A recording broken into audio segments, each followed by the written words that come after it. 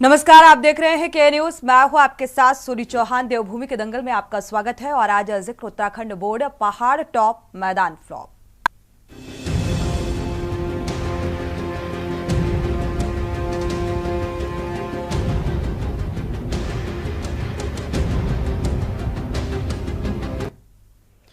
पहाड़ प्रदेश और उत्तराखंड के बोर्ड का रिजल्ट जारी किया गया है और उत्तराखंड बोर्ड के 10वीं और 12वीं के नतीजे घोषित होने के बाद से छात्रों में उत्साह का माहौल है। वहीं परीक्षा परिणाम में देखने को मिला कि पहाड़ के मुकाबले मैदानी जिलों का प्रदर्शन खराब रहा और ये हाल तब है जब मैदानी जिलों में पहाड़ की तुलना में शिक्षकों की जो संख्या है और सुविधाएं हैं वो ज्यादा हैं। और वहीं उत्तराखंड बोर्ड के 10वीं और 12वीं में पास हुए छात्रों का प्रतिशत देखें तो बागेश्वर जिला पहले नंबर पर है। खराब प्रदर्शन वाले जिलों में देहरादून, हरिद्वार जिले शामिल हैं। आपको बता दें कि उत्तराखंड के देहरादून, हरिद्वार, नैनीताल और उधम सिंह नगर जिलों में तैनाती के लिए शिक्षक पूरे साल एड़ी चोटी का जोर लगाते हैं और इसके लिए विधायक, मंत्री से लेकर मुख्यमंत्री तक की सिफारिश भी लगवाई जाती है। और इसकी एक बड़ी वजह यह भी मानी जा रही है कि इन जिलों में अधिकतर विद्यालय सुगम क्षेत्र में हैं।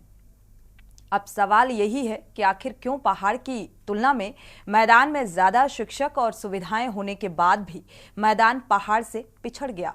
आज इसी मुद्दे को लेकर विस्तार से चर्चा करेंगे। पहले आपको रिपोर्ट दिखाते हैं। उत्तराखंड बोर्ड ने परीक्षा परिणाम जारी कर दिया है। इस वर्ष 12वीं में 82.63 और हाई स्कूल में 89.14% बच्चों ने परीक्षा पास की है। कक्षा 10वीं में प्रियांशी रावत ने 500 में से 500 अंक लाकर टॉप किया है। प्रियांशी रावत सीमांत जिले पिथौरागढ़ के गंगोलीहाट की रहने वाली हैं, जबकि 12वीं में अल्मोड़ा के पीयूष खोलिया और सरस्वती विद्यालय मंदिर कुसुम खेड़ा हल्द्वानी की छात्रा कंचन जोशी ने 97.6% अंक हासिल कर प्रदेश में पहला स्थान प्राप्त किया है। बता दें कि इस साल उत्तराखंड बोर्ड के परिणाम परीक्षा में इजाफा देखने को मिला है। इस साल 10वीं और 12वीं दोनों का ही पासिंग प्रतिशत बढ़ा है। 10वीं में इस बार का पासिंग प्रतिशत 89.14 रहा, जो कि पिछले साल के मुकाबले तकरीबन 4% ज्यादा है। पिछले वर्ष 10वीं का पासिंग प्रतिशत 85.17% था। वहीं इस साल 12वीं का पासिंग प्रतिशत 82.63% रहा, जो कि पिछले साल के मुकाबले करीब 2% ज्यादा है। पिछले वर्ष 12वीं का पासिंग प्रतिशत 80.98% था। मेरी रैंक उत्तराखंड में 22 रैंक आई है मेरी, और मैं महर्षि अरविंद घोष इंटर कॉलेज का छात्र हूँ। इसमें मेरा योगदान मेरे माता पिता, मेरे शिक्षकगण, इन सब का मेरा बहुत महत्वपूर्ण योगदान रहा है।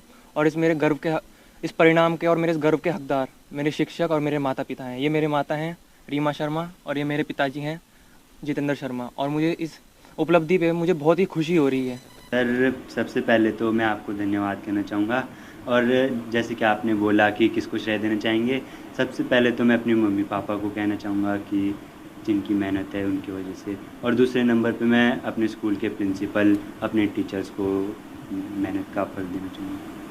क्या बनना चाहेंगे भविष्य में, क्या सोचा है? सर, फिलहाल तो सर IIT का सपना है। आपको बता दें कि उत्तराखंड बोर्ड के पेपर देने वाले 2.10 लाख विद्यार्थी पिछले 1.5 महीने से परीक्षा परिणाम का इंतजार कर रहे थे। ये इंतजार बच्चों का खत्म हो चुका है। वहीं रिजल्ट जारी होते ही बच्चों में खुशी की लहर देखने को मिली है। हालांकि परीक्षा परिणाम में देखने को मिला कि पहाड़ के मुकाबले मैदानी जिलों का प्रदर्शन खराब रहा। ये हाल तब है जब मैदानी जिलों में पहाड़ की तुलना में शिक्षकों की संख्या और सुविधाएं ज्यादा हैं। 10वीं और 12वीं में पास हुए छात्रों का प्रतिशत देखें तो बागेश्वर जिला पहले नंबर पर है। वहीं खराब प्रदर्शन वाले जिलों में देहरादून और हरिद्वार जिले शामिल हैं। वहीं अब इस मामले में विपक्ष ने सत्ता पक्ष की घेराबंदी की है। ये बोर्ड परीक्षा की तैयारियों के सिलसिले में हम लोगों ने जो मॉडल प्रश्न पत्र बच्चों को दिए थे, शिक्षकों के द्वारा निश्चित रूप से मैं कहूँगा बेहतर प्रयास किया गया और उसके परिणाम अच्छे रहे। गत वर्ष की तुलना में हाई स्कूल की बात करें तो 10%, इंटरमीडिएट का 5% रिजल्ट अच्छा है और ये छात्रों की मेहनत, शिक्षकों की मेहनत है। मैं सभी को बधाई देता हूँ। इसी तरह आगे हम लोग मिलकर प्रयास करेंगे और बच्चों के उज्ज्वल भविष्य के लिए शिक्षा विभाग और समस्त शिक्षकगण मिलकर के काम करें। नहीं, ऐसा नहीं है कि मैदानी क्षेत्रों में हमारे बच्चे पीछे रह गए, उनका रिजल्ट भी बहुत अच्छा आया है और तमाम वो सारी सुविधाएं भी यहाँ पर हैं शहरों के अंदर। लेकिन दूरस्थ क्षेत्रों में बधाई के पात्र इसलिए हैं वो बच्चे कि वो बहुत दूर दूर जाकर के स्कूल में पढ़ाई करते हैं, कई किलोमीटर पैदल चलने के बाद करते हैं। तो मुझे लगता है उन बच्चों ने अगर बेहतर प्रदर्शन किया है तो शहर की अकॉर्डिंग ऐसा नहीं है कि शहर के बच्चे कम है, उनका भी रिजल्ट बहुत अच्छा है। पर पहाड़ी इलाकों का जो हमारा रिजल्ट आया है उसके लिए मैं उन बच्चों को बधाई देना चाहूंगी कि जो दूर दूर जाकर के पढ़ाई करने का काम करते हैं। उत्तराखंड शिक्षा बोर्ड का अगर आप पिछले सालों का रिजल्ट देखें या अटल उत्कृष्ट विद्यालयों का ही आप रिजल्ट देखें तो निश्चित तौर पर जो है रिजल्ट संतोषजनक नहीं है और जो बच्चे जो है मेहनत कर रहे हैं, सेल्फ स्टडी कर रहे हैं, निश्चित तौर पर वो सफल हो रहे हैं और हमारे प्रदेश में जो है होनहार बच्चों की प्रतिभाओं की कोई कमी नहीं है। लेकिन शिक्षा विभाग की कोई मॉनिटरिंग नहीं हो रही है क्योंकि शिक्षा मंत्री लगातार प्रवासी मंत्री के रूप में अब जाने जा रहे हैं। उनको अपने प्रदेश के शिक्षा विभाग की और प्रदेश की कोई फिक्र ही नहीं है। अगर फिक्र होती तो निश्चित तौर पर वो जो है विभाग की बार बार समीक्षा करते। कुल मिलाकर उत्तराखंड बोर्ड के परीक्षा परिणाम में इस बार इजाफा देखने को मिला है। इस साल 10वीं और 12वीं दोनों का ही पासिंग प्रतिशत बढ़ा है। हालांकि 10वीं में पिछले साल के मुकाबले 4% की बढ़ोतरी हुई है, जबकि 12वीं के पासिंग प्रतिशत में मात्र 2% की बढ़ोतरी देखने को मिली है। ऐसे में इस प्रदर्शन को बहुत अच्छा तो नहीं कहा जा सकता। वहीं तमाम सुविधाओं के बावजूद मैदानी क्षेत्रों का प्रदर्शन बेहतर न होना भी एक चिंता की बात है। देखना होगा शिक्षा विभाग इसमें क्या कुछ सुधार करता है। Uttarakhand desk report.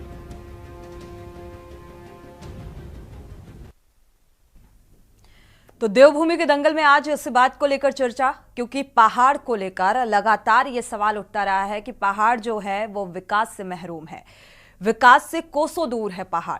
फिर आखिर शिक्षा के स्तर को लेकर आज देखा जाए जिस तरीके से 10वीं और 12वीं का रिजल्ट सामने आया है, हालांकि सुख सुविधाएं और विकास मैदानी क्षेत्रों में ज्यादा है, बावजूद इसके क्या वजह है कि शिक्षा को लेकर जो रिजल्ट सामने आया, जो एग्जाम्स का रिजल्ट आया, उसमें पहाड़ी क्षेत्र के जो छात्र छात्राएं हैं उनका जो प्रतिशत है वो बेहतर है। यानी कि मैदानी क्षेत्रों में चाहे हरिद्वार का जिक्र कर लें, नैनीताल का जिक्र कर लें, और यहाँ पर ये वो जगहें हैं या ये वो क्षेत्र हैं जहाँ पर शिक्षक अपनी नियुक्ति को लेकर एड़ी चोटी का जोर लगाते हैं। तमाम वो कोशिशें करते हुए नजर आते हैं कि यहाँ पर हमारा अपॉइंटमेंट हो जाए। और आज इसी मुद्दे को लेकर चर्चा करेंगे।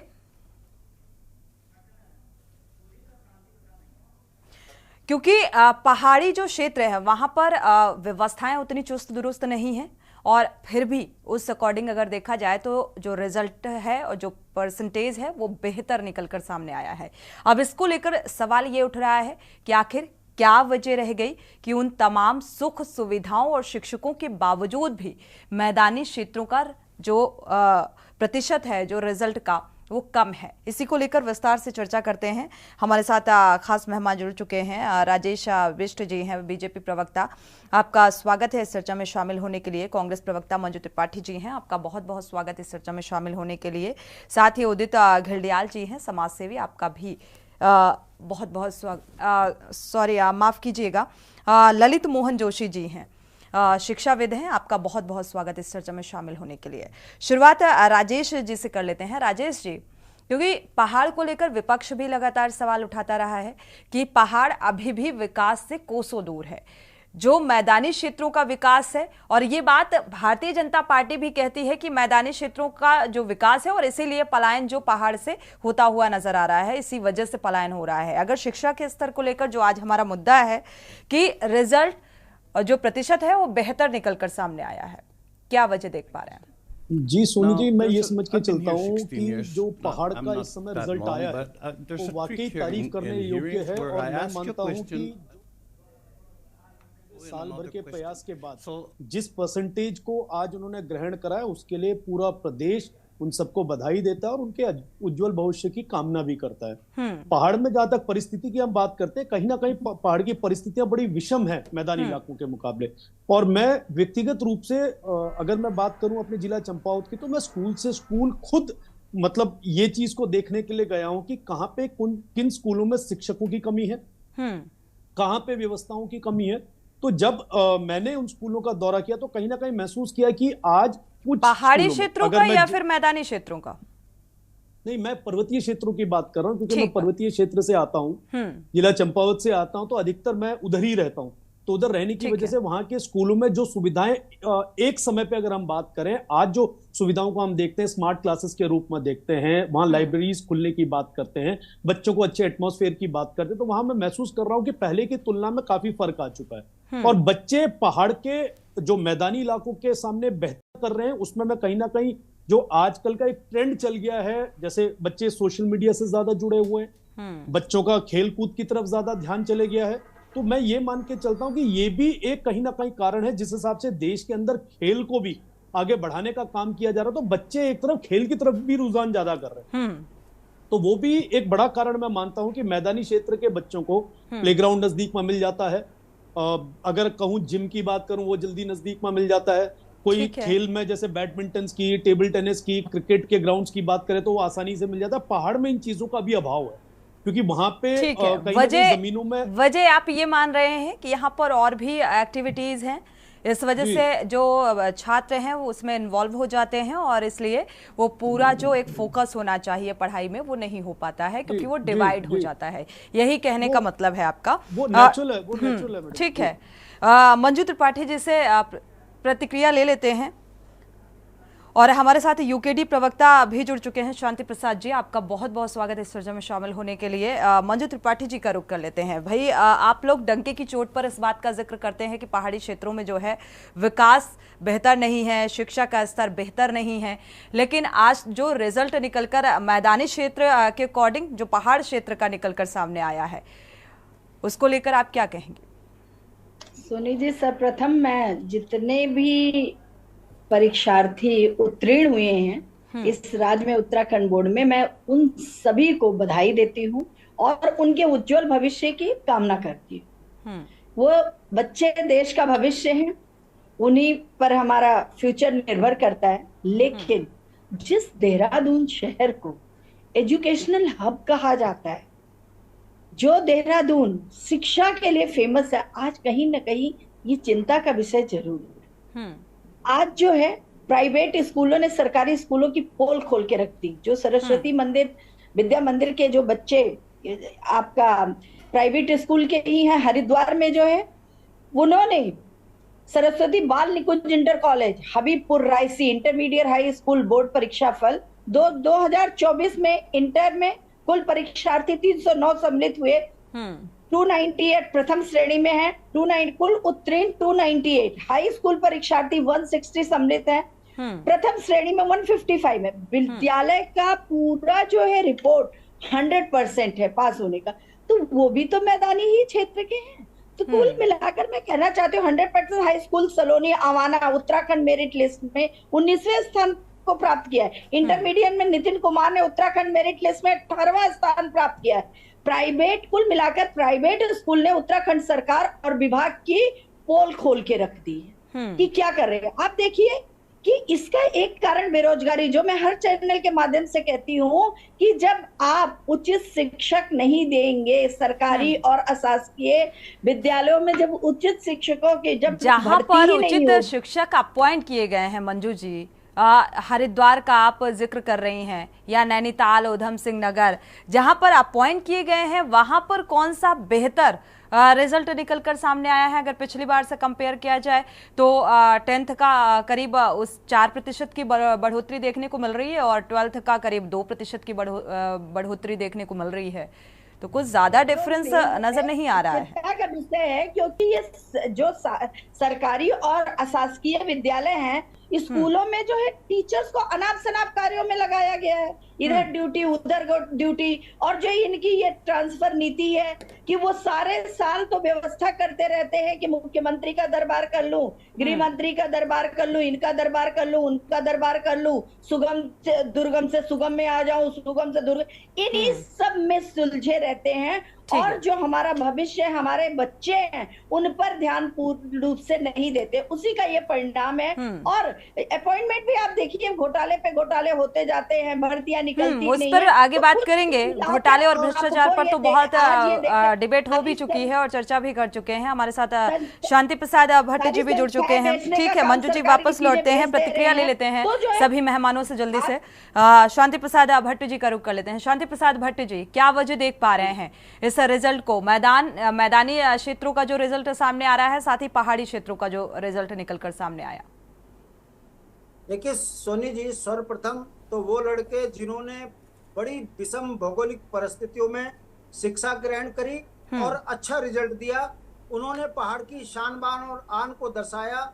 मैं उन तमाम माता पिताओं को बधाई देता हूं जिनके बच्चों ने अच्छा जो है अपनी परीक्षा फल दिया है।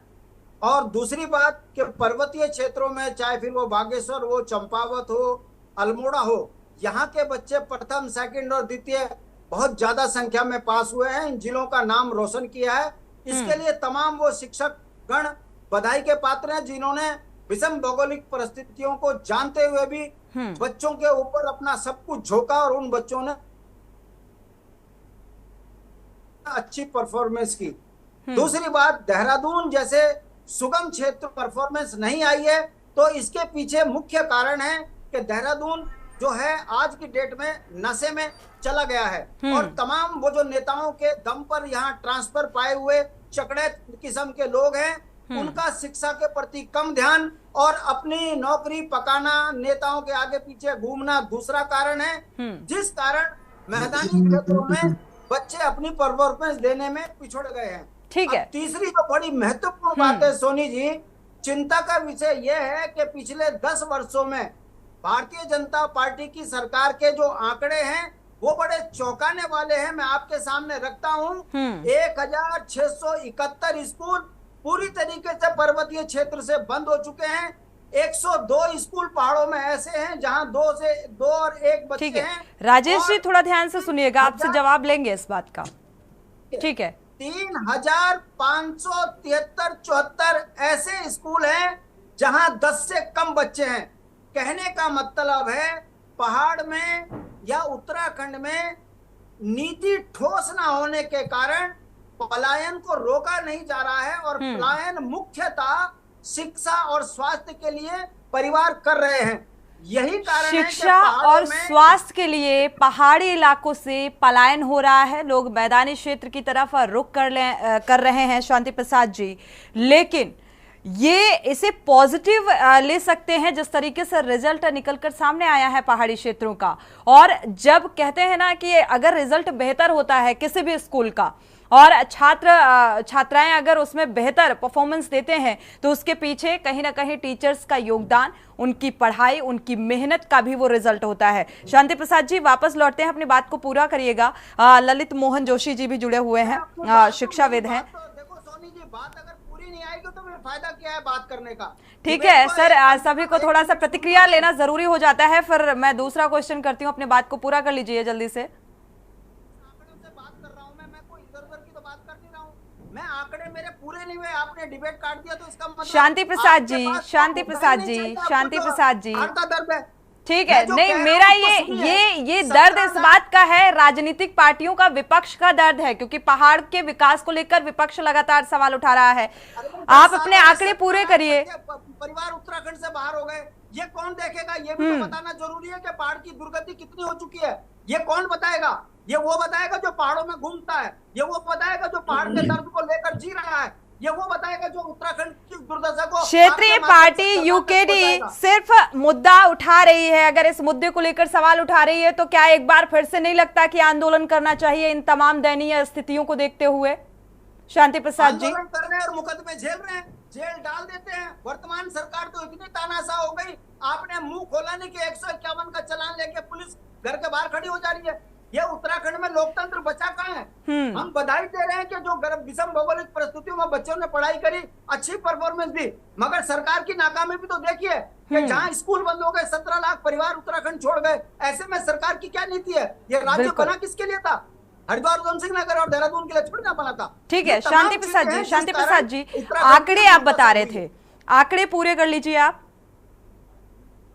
मैंने आपको बता दिया है कि 3 जनपद में अगर बच्चों ने परफॉर्मेंस दी है, उसके लिए शिक्षा विभाग के उन अध्यापकों को बधाई। मगर दुख की बात यह है कि यदि स्कूलों में अगर 2000 से ज्यादा स्कूल ऐसे हो गए जहां बच्चे कम हैं, तो कौन जिम्मेदार है? 17 लाख परिवार यदि पलायन कर गए तो कौन जिम्मेदार है? ये राज्य बना किसके लिए? 75% भूभाग के अंदर जनसंख्या 0 हो रही है, और उत्तराखंड, देहरादून, हरिद्वार, उधम सिंह नगर के अंदर भी पहाड़ की जनसंख्या घट गई, बाहर के लोग बढ़ गए। ये उत्तराखंड की स्थिति बड़ी दयनीय है। ऐसी स्थिति में अगर शिक्षा विभाग की बिल्कुल सरकार को ये दयनीय स्थिति नजर क्यों नहीं आ रही है, या पहाड़ी क्षेत्र को नजरअंदाज क्यों किया जा रहा है, ये बेहद महत्वपूर्ण है और इसको लेकर हम चर्चा को आगे बढ़ाएंगे। हालांकि प्रतिक्रिया ले लेते हैं, इसके बाद ब्रेक पर जाएंगे। ललित मोहन जोशी जी, क्या लगता है किसको जिम्मेदार माना जाए? क्योंकि पहाड़ी क्षेत्र के जो आंकड़े दिए, हालांकि मंजू जी ने भी कुछ आंकड़े दिए थे, शांति प्रसाद जी ने और बढ़ाए वो आंकड़े और हकीकत को बयां किया। जो दुर्गम स्थिति नजर आ रही है, इसका जिम्मेदार किसे माना जाए? जो रिजल्ट निकलकर सामने आया पहाड़ी क्षेत्र का बहुत बेहतर रिजल्ट है मैदानी क्षेत्रों के अपेक्षा। जी नमस्कार। पहले तो मैं डिबेट में उपस्थित और के न्यूज के माध्यम से इस विषय को उठाया गया है, आप सबको प्रणाम करता हूं। और देवभूमि उत्तराखंड के जिन नौनिहालों ने 10th और 12th में अपनी अच्छी परसेंटेज लेके आए हैं, उन सबको भी बधाई देता हूं। क्योंकि मैं शिक्षा के क्षेत्र में काम कर रहा हूं और विगत कई सालों से मुझे भी पहाड़ों में जाने का, लगभग सभी जनपदों में ब्लॉक स्तर में जाने का मौका मिला। मैंने लगभग 1566 स्कूल मैंने अभी तक विजिट किए हैं इन 13 सालों में। नशे को लेके हम लोग कार्यक्रम चला रहे हैं प्रिवेंशन लेवल में। तो मेरा जो व्यक्तिगत मैंने अनुभव देखा, हालांकि कुछ समय से अभी जहाँ जहाँ टीचर नहीं थे, टीचर आए हैं इन 2-3 सालों में, किंतु वास्तविकता यह है कि जो जितनी जटिल परिस्थितियों में रह रहा है, वो बच्चे पहाड़ों में 5 किलोमीटर 4 किलोमीटर, कई तो ऐसी जगह है 10 किलोमीटर पैदल चलते हैं। गरुड़ बागेश्वर में एक क्षेत्र है सलानी कोट, जहाँ बच्चा 15 किलोमीटर पैदल आता है, 15 किलोमीटर जाता है पैदल। तो वो बच्चे 30 किलोमीटर जाने के बाद तो टॉप कर जा रहे हैं। और जो प्लेन्स के एरिया हैं, अगर वहाँ का रिजल्ट नहीं आ रहा है तो वहाँ सबसे बड़ा प्रश्न चिन्ह तो वहाँ के अध्यापकों पे, बिल्कुल, और जो वहाँ का वातावरण बन चुका है उस पे लाजमी है बनना।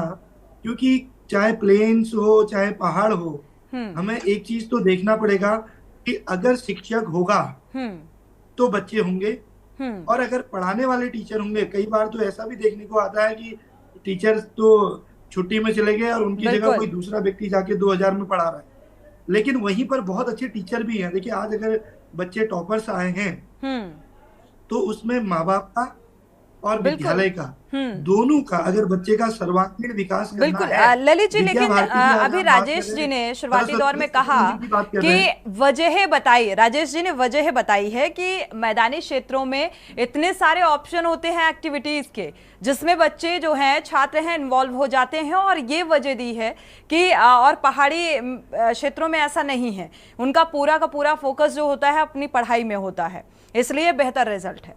बिल्कुल बिल्कुल बिल्कुल, ये इसमें कोई दोहराई नहीं है। फिर पहाड़ का बच्चा संघर्ष करता है, उसे पता है कि माँ बाप कितनी लेबरी करके, कोई फौज में है, कोई प्राइवेट में है, उन्हें पता है भैया अगर हम स्कूल जाएंगे तो हमारा उद्देश्य केवल एक होना चाहिए। और मैडम, ये तो दुर्भाग्य है सोनी जी कि जिस तरह से आज नशा पूरे प्रदेश को बर्बाद कर रहा है, मुझे तो आने वाली समय की पीढ़ी की चिंता ये है कि देश का क्या होगा, इस प्रदेश का क्या होगा, उस पढ़ाई लिखाई का भी क्या करेंगे।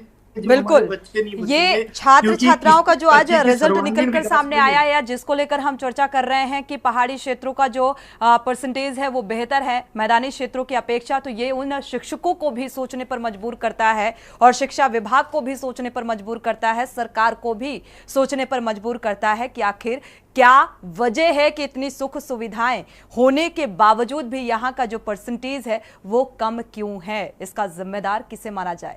चर्चा को आगे बढ़ाएंगे एक छोटे से ब्रेक के बाद।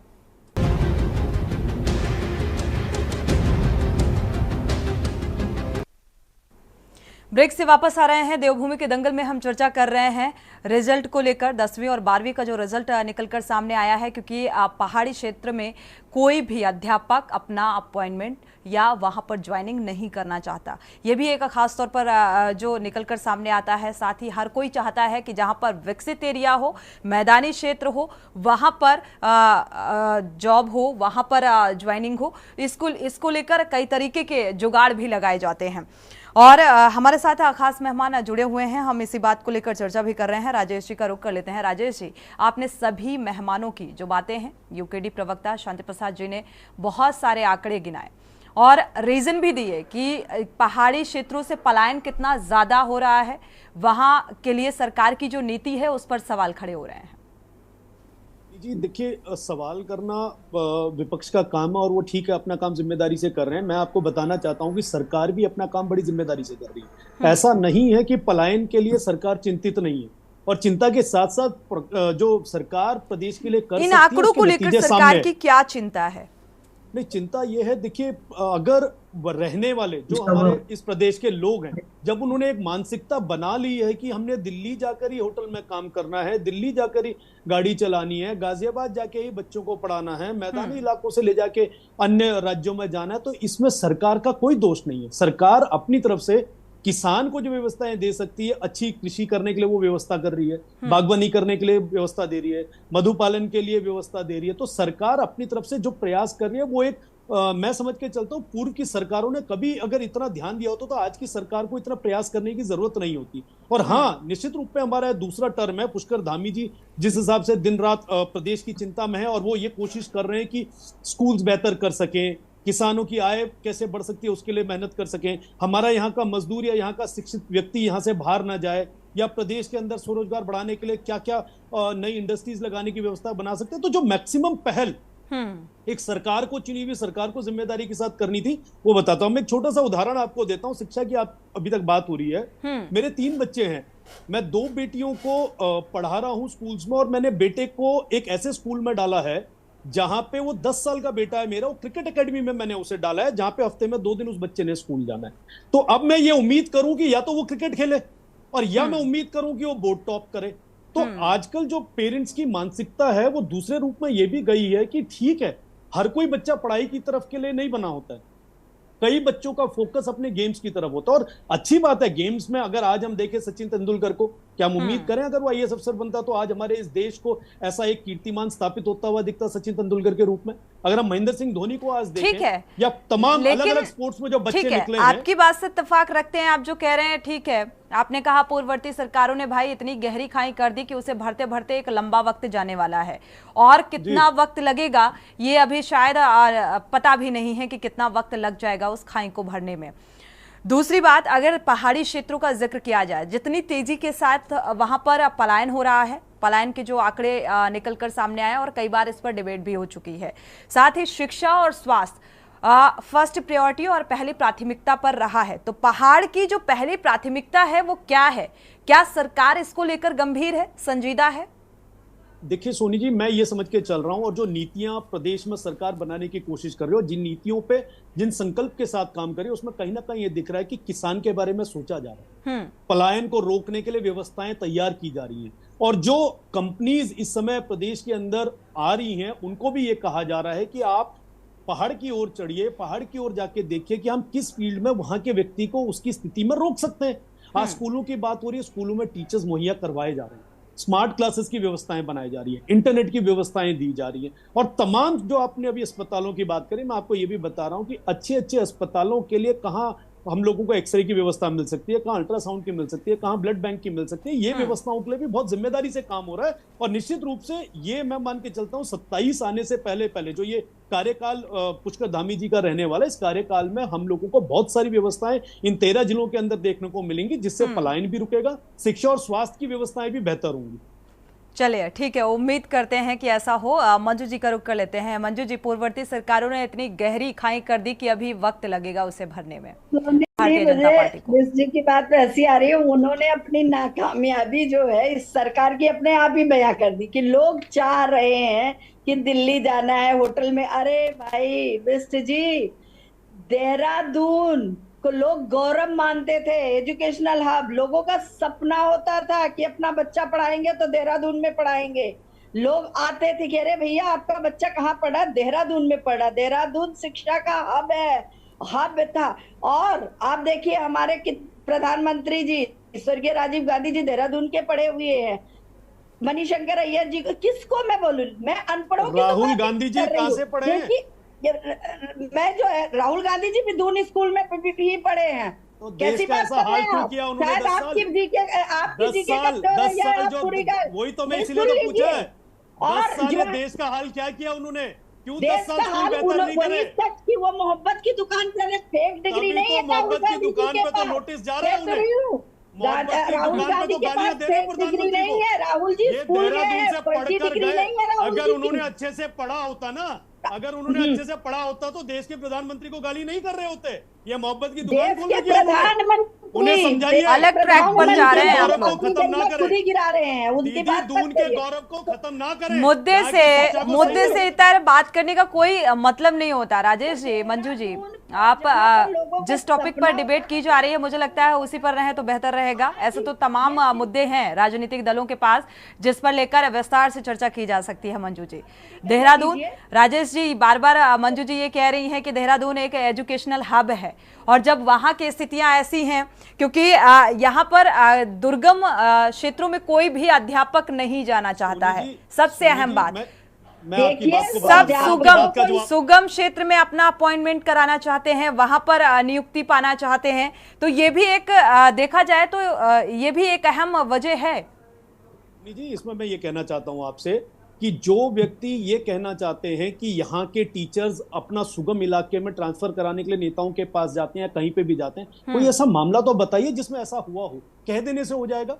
आज जो प्रदेश के अंदर पहाड़ी क्षेत्रों में जो आज रिजल्ट उसी मुद्दे पर तो चर्चा हो रही है राजेश जी। मैं वही तो कह रहा हूँ, ऐसा कहना राजेश जी, उसी मुद्दे पर चर्चा हो रही है कि पहाड़ी क्षेत्रों में इतना विकास नहीं है, इतने शिक्षक जो हैं नियुक्त नहीं है और बावजूद इसके इतना बेहतर रिजल्ट सामने आ रहा है, परसेंटेज सामने आ रहा है। जो एजुकेशनल हब है, अगर हरिद्वार का जिक्र किया जाए वहां पर क्या स्थिति नजर आ रही है? क्योंकि ये एक ऐसी जगह है जहां पर मुझे लगता है हर शिक्षक एड़ी चोटी का जोर लगाता है और तमाम वो जुगाड़ करने में लग जाता है कि यहां पर हमारी नियुक्ति हो। शांति प्रसाद भट्ट जी का रुख कर लेते हैं। शांति प्रसाद भट्ट जी, ये वजह देख पा रहे हैं आप, शिक्षक को कितना जिम्मेदार मानते हैं कि प्राइवेट स्कूल में सभी अपने बच्चे क्यों डालते हैं? प्राइवेट स्कूल में न शिक्षकों की सैलरी बहुत अच्छी है, न शिक्षकों को कोई सुविधाएं है। सरकारी स्कूल में तो सैलरी बहुत अच्छी है, फिर ये टीचर्स काम क्यों नहीं करते हैं? हरिद्वार का रिजल्ट अभी आपको मैंने बताया सरस्वती विद्या मंदिर का कि ये प्राइवेट स्कूल वालों ने सरकारी स्कूलों को तमाचा मारने का काम किया है।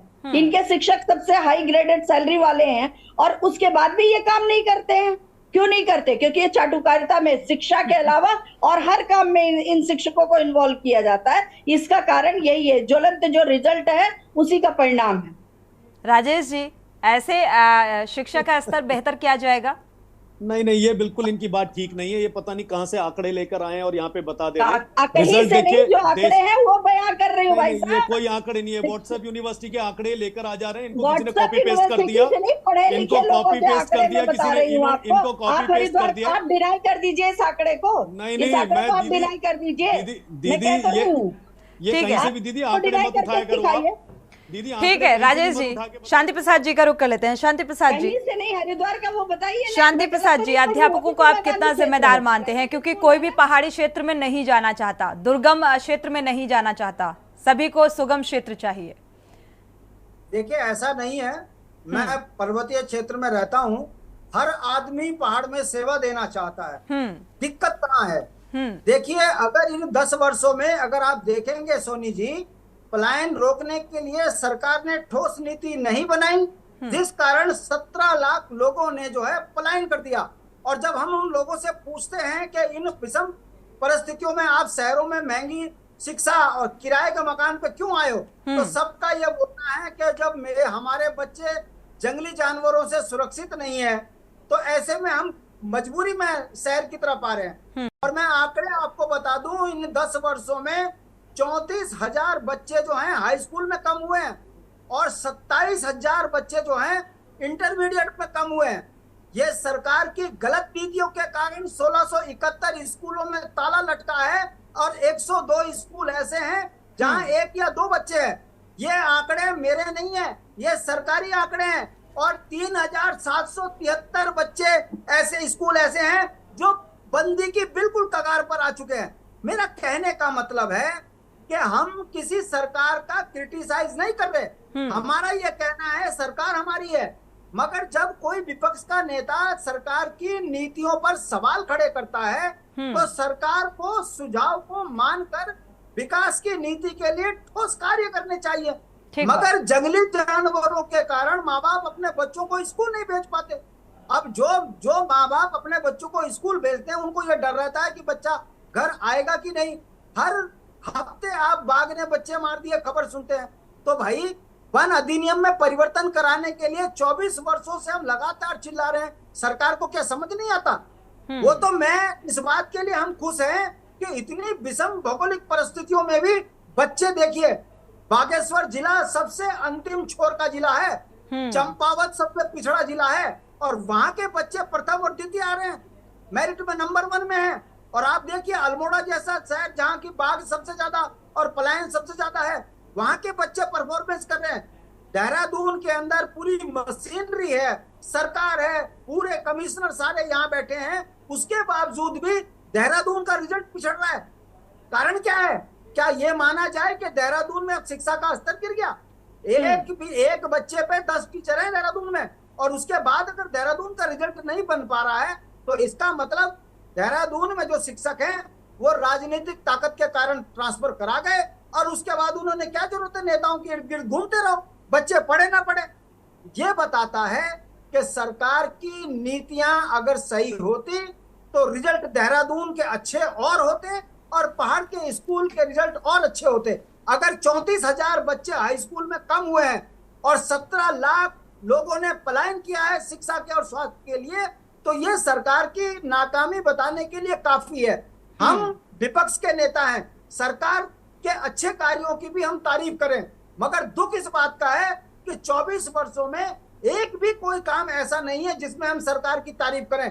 एक बार हमने जरूर सोचा था कि कोविड में सरकार हमारी छाती पे जो इंजेक्शन ठोक रही है शायद ये हमारी सुरक्षा के लिए, हमारे हित के लिए हो, लेकिन वो भी जानलेवा छाती पे भी मौत के इंजेक्शन ठोक दिए। अब जो हाई कोर्ट में हलफनामा जो दे रहे हैं इंग्लैंड में, कहने का मतलब है जिस कंपनी ने हमारी छाती पे मौत के इंजेक्शन लगाए उस कंपनी ने भी भाजपा को चंदा दे दिया। कहने का मतलब है इनको तो केवल पैसा कमाना है। शांति प्रसाद जी, इनको ना तो शिक्षा मुद्दे अनेक हैं, पलायन से रोकने से मतलब है ये केवल कमाओ कूटे। ठीक है मंजू जी, आपका रुख करेंगे तब आप बोलिएगा। ठीक है, आपका रुख करेंगे तब आप बोलिएगा। अभी कह रहे थे खेल के प्रति ध्यान दिया जा रहा है। अरे वो कांग्रेस गवर्नमेंट ही है जो रायपुर में क्रिकेट का इतना बड़ा मैदान बनाया, उसको भी ये लोग मेंटेन नहीं कर पा रहे हैं, उसको इवेंट का मैदान बना दिया है। चलिए, तो अभी चुनावी माहौल चल रहा है, थोड़ा सा ठोस रणनीति रखिए। अगर विपक्ष से भी यही कहेंगे तो जरूर हो सकता है कि जन समर्थन मिले भरपूर। शांति प्रसाद जी ने कहा कि 1671 जो स्कूल हैं और लाखों की तादाद में यहाँ से पलायन हो गया। 1671 स्कूल ऐसे हैं जहाँ पर ताला लटका हुआ है और जो छात्रों के एडमिशन है उसमें भी कमी देखने को मिल रही है। क्या नहीं लगता राजेश जी कि इससे थोड़ा सा संजीदगी से लेना चाहिए सरकार को? सोनी जी, इनके आंकड़े अपनी जगह पे हो सकता है ठीक हो, लेकिन मेरा ये फिर मैं आपको बार बार कह रहा हूँ कि जिस तरह से अटल उत्कृष्ट विद्यालयों को इस उत्तराखंड के अंदर खोला जा रहा है और जिसके लिए इतना अच्छा बजट तय किया जा रहा है, सब चीज बजट ही तय होता है इस सरकार में, खाली बजट ही हाई फाई करके बताया जाता है, धरातल पे कुछ नहीं होता है। उसका रिजल्ट आप देख लीजिए, दीदी को सच सुनने की आदत नहीं है। देख लीजिए। ठीक है मंजू जी जवाब ले लेते हैं। मंजू जी जवाब ले लेते हैं राजेश जी से। बजट जितने हाई फाई आप बयां करते हैं उतनी उससे रिजल्ट बयां करिए, तब पता लगता है। मंजू जी, पहाड़ के विकास को लेकर सरकार की कोई ठोस नीति? ना दीदी को सच सुनने की आदत है ना दीदी की पार्टी को। अब इसमें इनको सच की कोई दवाई तो मेरे पास है नहीं अब मैं जो आपको नहीं, बता रहा हूँ कि प्रदेश कोई बीजेपी से थोड़ी ले रखा है। जब हमने काम किया है उसको बयां कर रहे हैं, हम सच्चाई बता रहे हैं, हम जनता को गुमराह होने से अगर बचा रहे हैं। बात पे सच्चाई होती तो 10 साल से विपक्ष में नहीं बैठे होते, आंकड़े कम नहीं होते। कोई बात नहीं, हमने चलिए राजेश जी जवाब दे दीजिए। हम लोग हमारे मंत्री ठीक है, मंजू त्रिपाठी जी आपका रुख करेंगे तब आप बोलिएगा, जवाब लेते हैं राजेश जी से। जी, आपका रिपोर्ट कार्ड पेश तो हो रहा है आपका कि कोविड जैसी महामारी में भी आपने जनता से भटकने का काम किया। 4 जून को कोविड जैसी महामारी में भी आपने, जनता भी भट्ट जी ने कहा ना कि जनता को छेड़ने का काम किया आपने। खुद जनता की अगर हित की वो होती तो इस तरह से साइड इफेक्ट कोर्ट ने प्रूव करके दिया। इस पर अलग से डिबेट रखी जाएगी और इस पर विस्तार से चर्चा की जाएगी। मंजू जी इस पर विस्तार से चर्चा करेंगे। जवाब लेते हैं पहले राजेश जी से।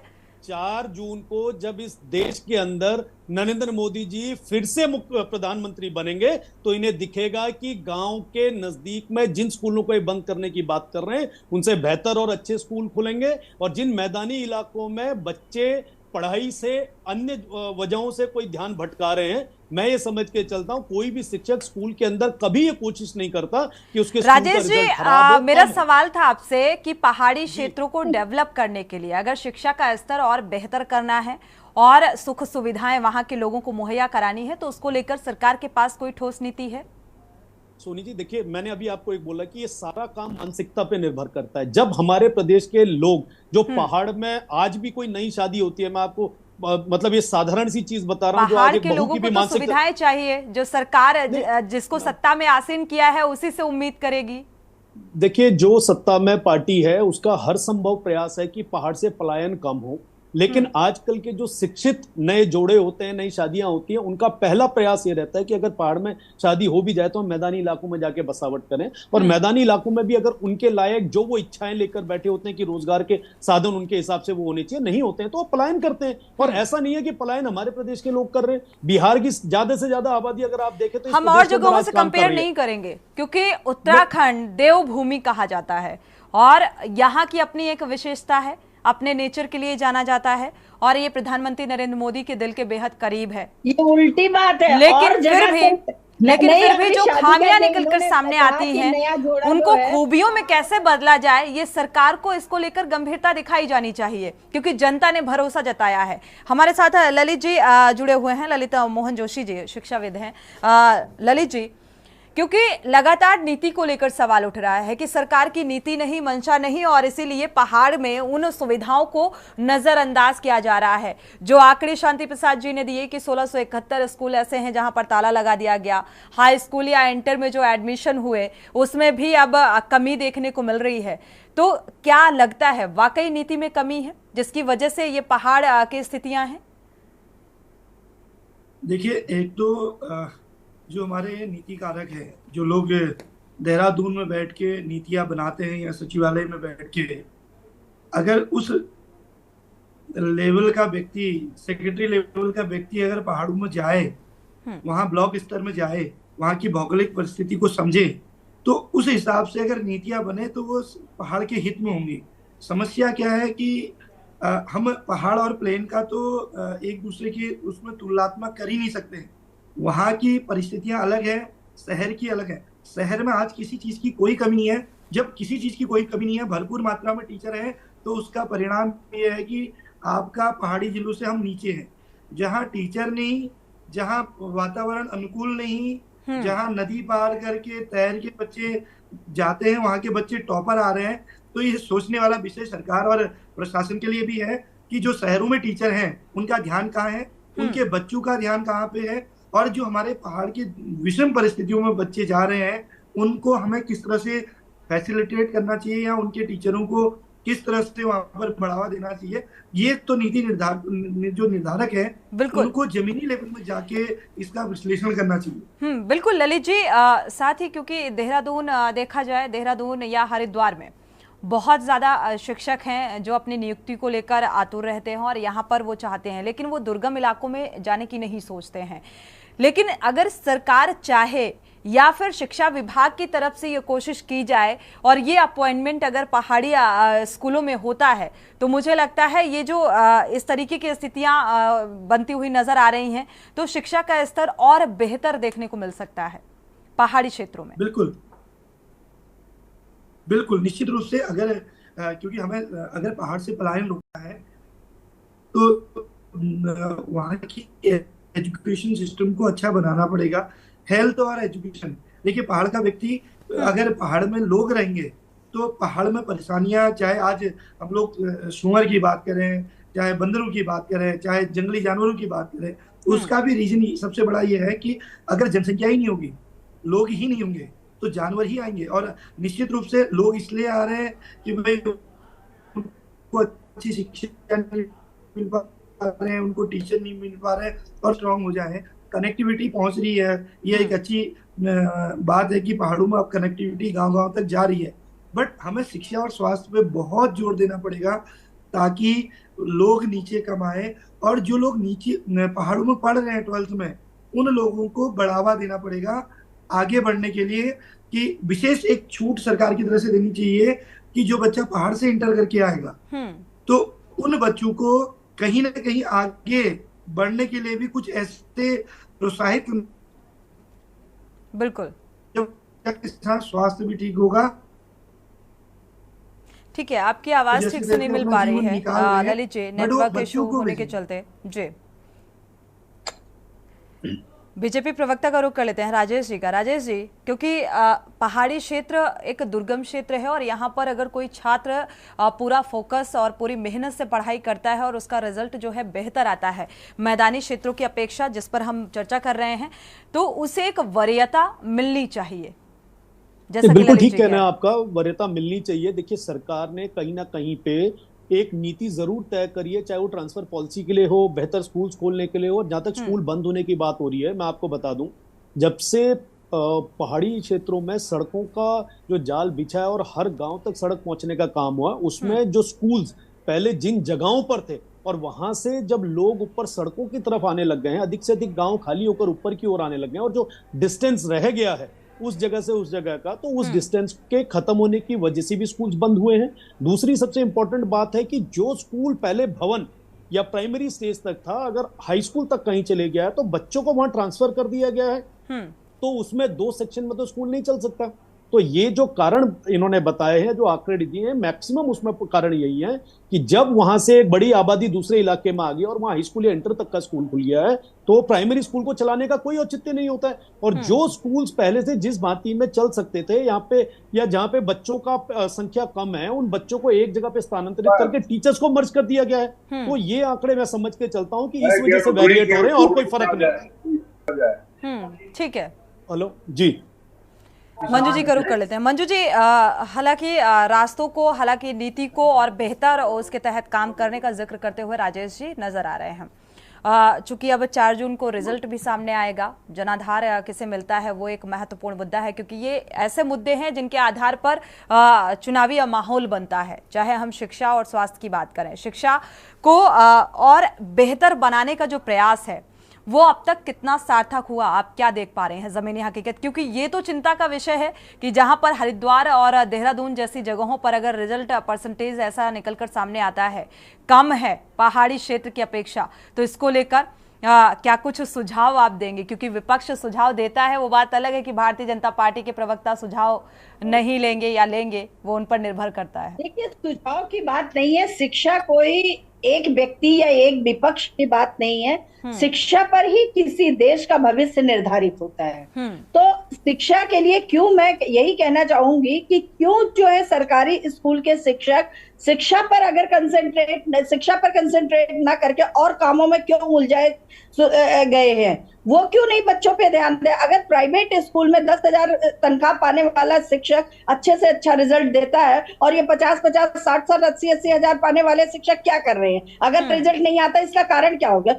तो शिक्षा विभाग को इसके लिए फ्लाइंग स्क्वाड्स बनाने पड़ेंगे, कमिटीज गठित करने पड़ेगी कि क्या कारण है, क्योंकि हम देहरादून को कलंकित होते नहीं देखना चाहते हैं। देहरादून पूरे विश्व में एजुकेशनल हब के नाम से जाना जाता है और इसकी गरिमा और इसकी मर्यादा को कायम रखने के लिए सरकार को कठोर से कठोर कदम उठाने पड़ेंगे शिक्षा के। बिल्कुल। शांति प्रसाद जी, जल्दी से फाइनल कमेंट ले लेते हैं आपका, क्योंकि राजनीति जो है अब वो शिक्षा भी राजनीति से अछूती नजर नहीं आ रही है।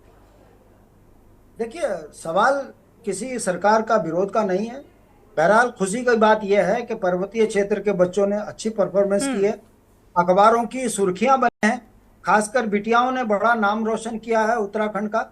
और हमें उम्मीद है कि सत्ताएं ऐसी डिबेटों से अपने में सुधार करेगी, और जिस दिन पहाड़ के स्कूलों का उच्चीकरण अच्छा होगा, पढ़ाई का पठन पाठन उनका सही होगा, तो और अच्छी परफॉर्मेंस आएगी।